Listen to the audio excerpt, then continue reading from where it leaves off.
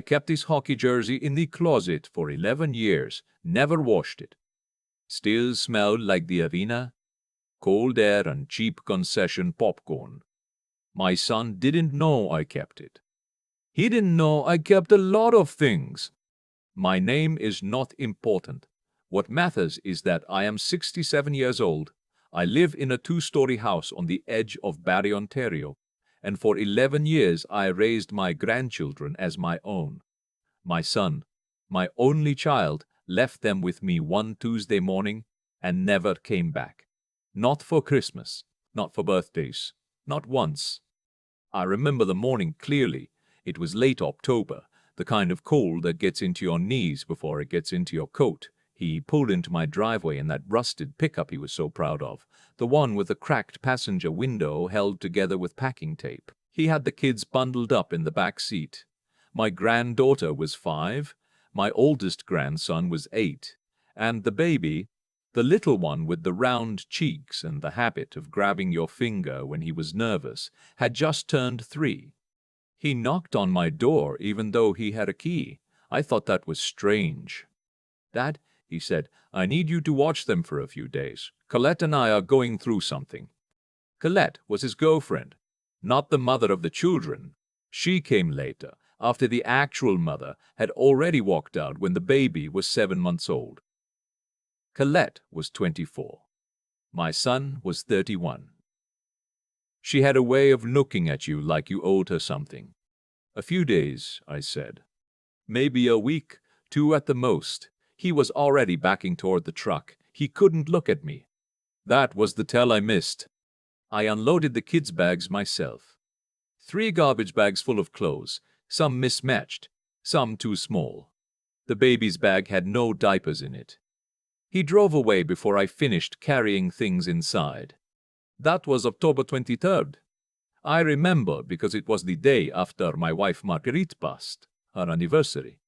She had been gone 3 years by then, and I had just put fresh chrysanthemums on her grave the afternoon before. When I walked back inside with the baby on my hip and my granddaughter holding my hand, I thought she would have known what to do. She always did. 2 days passed. I called his cell phone. Voicemail. A week passed. The voicemail was full. I drove to his apartment on the far side of town. The landlord was standing outside with a cardboard box. My son had cleaned out his unit 6 days earlier. I stood on that sidewalk for a long time, long enough that the landlord asked if I was all right. I was not all right, but I had 3 children looking at me through the window of my Subaru, so I straightened up, walked back to the car, and I said, "Who wants to stop for hot chocolate on the way home?" That was the decision that changed my life. Not a dramatic one, not some courthouse moment, just that. Turning around, walking back to the car, choosing them. I was 56 years old, retired from 31 years with Canada Post. I had my pension, my house, my vegetable garden, and plans to drive the Trans-Canada Highway to the Maritimes the following summer. None of that happened the way I imagined. What happened instead was homework, lice checks, parent-teacher interviews where the teachers looked at me like they were trying to figure out whether to call someone. I learned how to do a 5-year-old's hair. Badly at first, then better. I learned which foods the baby would eat and which he would throw across the kitchen. I learned that my oldest grandson had a reading difficulty that no one had caught yet, and I spent 2 years driving him to a specialist in Aurelia twice a month until it was under control. My neighbor, a retired plumber named Clifton, started coming around, not in a nosy way. He'd show up with his toolbox when something needed fixing. He'd sit at my kitchen table with a coffee and help me figure out things I didn't know how to figure out. He was the one who told me I needed to see a family lawyer. He was the one who drove me to the appointment because my car was in the shop and I couldn't leave the kids. Clifton was, and I say this without exaggeration, the reason we survived those first 2 years. I got temporary guardianship through the Ontario courts. It wasn't fast and it wasn't cheap. I spent nearly $14,000 in legal fees getting proper paperwork that protected those children, but it was done. I was their legal guardian. They were mine officially, the way they had already been mine in every way that mattered. Years went by. The baby started school. My granddaughter got into a regional swim program and was good, genuinely good, the kind that coaches call you about. My oldest grandson grew 6 inches in a year and started talking about studying engineering. I went to every swim meet. I went to every school play. I drove more kilometers in those 11 years than I had in the 20 before. I thought about my son sometimes, wondered where he was, whether he was alive. I filed a missing person report once, about 18 months after he left. The police followed up, confirmed he was alive and had moved out of province, and that was that.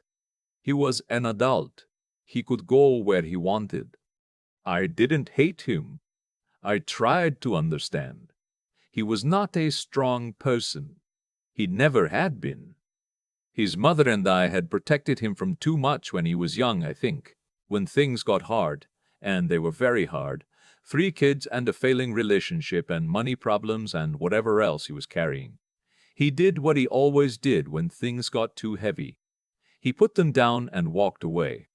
I prayed for him, and then I got up and made breakfast. 11 years. 11 years. Then one Thursday in March, my doorbell rang at 10:20 in the morning. I was in the backyard with the dog.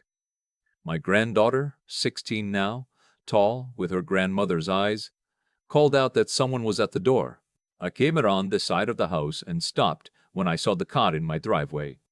A silver sedan, Ontario plates, and leaning against it, thinner than I remembered, hair shorter, face harder, my son. There was a woman standing beside him, not Colette, someone I'd never seen, and behind them both, a man in a dark coat carrying a briefcase. I felt my stomach drop before I understood why. My son didn't hug me. He didn't shake my hand. He looked at the ground for a second, then looked at me with an expression I couldn't read, and said, "Dad, I need you to meet someone." The man in the dark coat handed me a document. A legal document. My son and his new partner. They had been together 4 years. She had money, family money from somewhere out west, were filing for full custody of all 3 children. And in the document there was language I had to read 3 times before it registered. The word unlawfully. The word retained. The phrase without parental consent. They were claiming I had taken the children without permission, that I had prevented my son from seeing them, that for 11 years I had kept his children from him against his will. I stood in my driveway in my gardening boots, holding that document, and I felt something I hadn't felt in a long time. Pure, cold, absolute fury. Not because he wanted the children back, though that alone was enough to stop my heart, but because of the lie. The specific, calculated, deliberate lie. 11 years of silence. 11 years of not one phone call, one birthday card, $1 of child support. And now he was standing in my driveway calling me a criminal. I said nothing. I looked at him for a long moment. Then I went inside and called Clifton. "Don't say a word to them," Clifton said. He was at my door in 11 minutes. Not one word. I already knew I needed a lawyer. What I didn't know yet was that things were about to get much worse before they got better. The Children's Aid Society showed up within the week. Someone had contacted them. I assume it was through my son's lawyer, and 2 workers came to the house for what they called a wellness check. They were professional and kind, and I understood they were doing their job. But sitting at my own kitchen table while strangers walked through my home, opened closets, checked the refrigerator, spoke privately with my grandchildren, that was one of the hardest days of my life. Harder than the day my wife died. Because at least that day I understood what was happening. My grandchildren were shaken. My oldest grandson, 19 now, technically an adult, though he was still finishing his last year of high school, was furious. He came to me after the workers left, and he stood in the kitchen with his arms crossed, and he said, "Grandpa, I was 10 years old when he left. I remember every single thing." That mattered. I didn't tell him yet how much. My lawyer, A woman named Priya, who worked out of an office on Dunlop Street and had the calm, organized manner of someone who has seen everything, told me the case was serious but manageable. The guardianship documentation is solid, she said. The question is evidence of abandonment, of consent. Do you have anything from when he left the children? I thought for a moment, then I thought again. Then I went upstairs to the back of my closet, behind the winter coats, and I pulled out a shoebox. I had kept it without knowing why. People do things like that. They hold on to things without understanding what they're holding. Inside was a birthday card Marguerite had given me, 3 grocery receipts from the fall. She died, a photograph from our trip to Prince Edward Island in 2009, and at the bottom, folded twice, a note, a handwritten note, on a torn piece of lined paper, in my son's handwriting. It said, "Dad, I'm sorry, I can't do this. I know you'll take care of them better than I can. Please don't look for me. I'll be in touch when I get my head right." And then his name. No date. But I remember exactly when it had appeared. I found it tucked under the windshield wiper of my car 4 days after he left. I had no idea he'd come back to leave it. I had put it in the shoebox because I didn't know what else to do with it. Priya held the note with 2 hands and read it twice. "This," she said quietly, "is everything." What followed was 2 months I do not like to remember. There were depositions. There were hearings. My son's lawyer was aggressive, a tall man from Toronto who spoke in a way designed to make you feel stupid, and he tried to characterize the note as fabricated, as coerced, as inadmissible for various technical reasons. He argued that my son had been cut off from his children, that I had changed phone numbers and moved. Neither of which was true. I had lived in the same house for 26 years, and that my son had been denied access at every turn. My grandson was asked to testify. He was 19. He sat across from a lawyer twice his age, and he answered every question steadily, clearly, without flinching. He said his father had not called, had not written, had not shown up for 11 years until there was something in it for him. He said he had one father in his life, and that father was sitting behind him in the courtroom. I had to look at the ceiling when he said that. I am not ashamed to say it. My granddaughter did not testify. Priya felt it would be too much for her, but she submitted a written statement. The baby, who was now 14 and went by a nickname I still sometimes forgot to use, told the children's aid worker during their follow-up interview that he didn't know his father, that he had no memory of him, and that he was not going anywhere. The handwriting analysis on the note came back consistent with samples of my son's writing from school records I had kept. The note was genuine. The Toronto lawyer tried one more angle. He called 3 witnesses, 2 former neighbors, 1 woman from my son's side of the family, who testified that I had been controlling and difficult to reach. Clifton sat in the courtroom through all of it. During one recess, he leaned over to me and said he couldn't find 3 better people than those 3. It was the first time I'd laughed in weeks. On the day of the final hearing, the judge, a woman who had been listening to all of this for 2 months with an expression that gave away nothing, took a long time before she spoke. The courtroom was quiet in the way that only courtrooms can be. My grandson was beside me. Clifton was a row back. The judge said she had reviewed the documentation thoroughly. She said the evidence of voluntary abandonment was clear, consistent, and corroborated across multiple sources. She said the note alone would not have been sufficient, but alongside 11 years of school records, medical records, financial records, and testimony from the children themselves, the picture was unambiguous.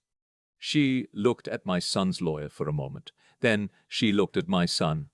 She said that parental rights are not suspended when circumstances are difficult, but they are also not preserved in amber while a parent is absent. She said that the children's welfare, stability, and clearly expressed wishes had to be the determining factor.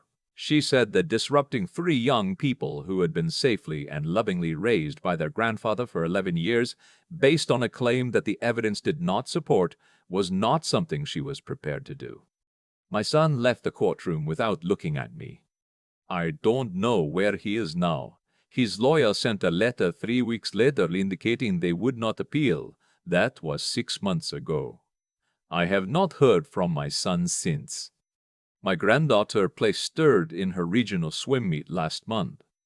My oldest grandson received his acceptance to study engineering at the University of Waterloo. The youngest, the baby with the round cheeks, who is now 14 and nearly as tall as me, made me a card for my birthday last week. On the front, he'd drawn a hockey rink, badly, the way only a 14-year-old who has never tried to draw before can, and inside he wrote, "Grandpa, thanks for always showing up. Love, your kid." I still have the jersey in the closet, my son's jersey. I'm not sure what to do with it. Some nights I think about throwing it away. Some nights I think about keeping it forever. Most nights I just close the closet, walk downstairs, and make sure everyone has what they need for tomorrow. Clifton came over for dinner on Sunday. He brought butter tarts from the bakery on Dunlop Street, the good ones, not the ones from the grocery store, and we sat at the kitchen table after the kids had gone to do their own things, and we drank coffee and didn't talk about any of it. That's the best I can tell you. Not everything resolves cleanly. Not every door closes the way you want it to. But the people you show up for day after day, year after year, without anyone watching, without anyone applauding, those people know. They always know. My granddaughter walked through the kitchen on her way upstairs and said good night to Clifton, and then, without stopping, reached over and squeezed my shoulder as she passed. 11 years, worth every single one. There's a note still sitting in that shoebox. I've read it maybe 100 times by now. Not obsessively, not out of anger, but because it reminds me of something I think people forget. The choices we make when no one is watching are still choices. They still carry weight. They still go somewhere. My son put that note under my windshield wiper and drove away believing, I think, that he was doing the easiest thing available to him. And maybe he was. But ease has a cost that doesn't always show up on the same day you spend it. It showed up 11 years later in a courtroom in Berry when a judge read his own words back into the record and the room went quiet in a way that had nothing to do with legal procedure. I think about that a lot, not with satisfaction, or at least not only with satisfaction. I think about it because I spent 11 years making a different kind of choice, not the easy one. Not the one that let me off the hook. I stayed in the same house.